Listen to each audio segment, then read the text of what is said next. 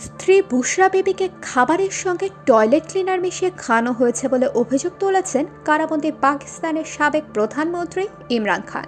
তিনি জানিয়েছেন, toilet cleaner মেশানো ওই খাবার খেয়ে তার স্ত্রী অসুস্থ হয়ে পড়েছেন। তার পেটে সংক্রমণ হয়েছে ওই খাবারের কারণে।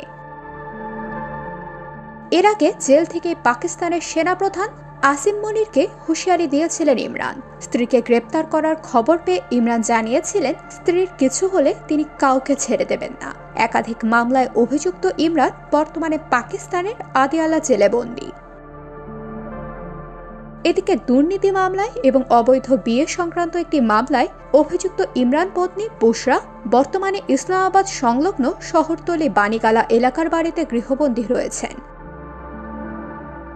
ইমরান জানিয়েছেন, শওকত খানম হাসপাতালের কর্মকর্তা অসীম ইউসুফ ইসলামাবাদের হাসপাতালে বুশরার শারীরিক পরীক্ষা করানোর সুপারিশ করেছেন, কিন্তু জেল কর্তৃপক্ষ পাকিস্তান ইনস্টিটিউট অফ মেডিকেল সায়েন্সে বুশরাকে রেখে শারীরিক পরীক্ষা করানোর বিষয়ে অনড় ছিল। শুনানি চলাকালীন বিচারক ইমরানকে জেলবন্দি অবস্থায় সাংবাদিকদের সঙ্গে বেশি কথা না বলার পরামর্শ দেন।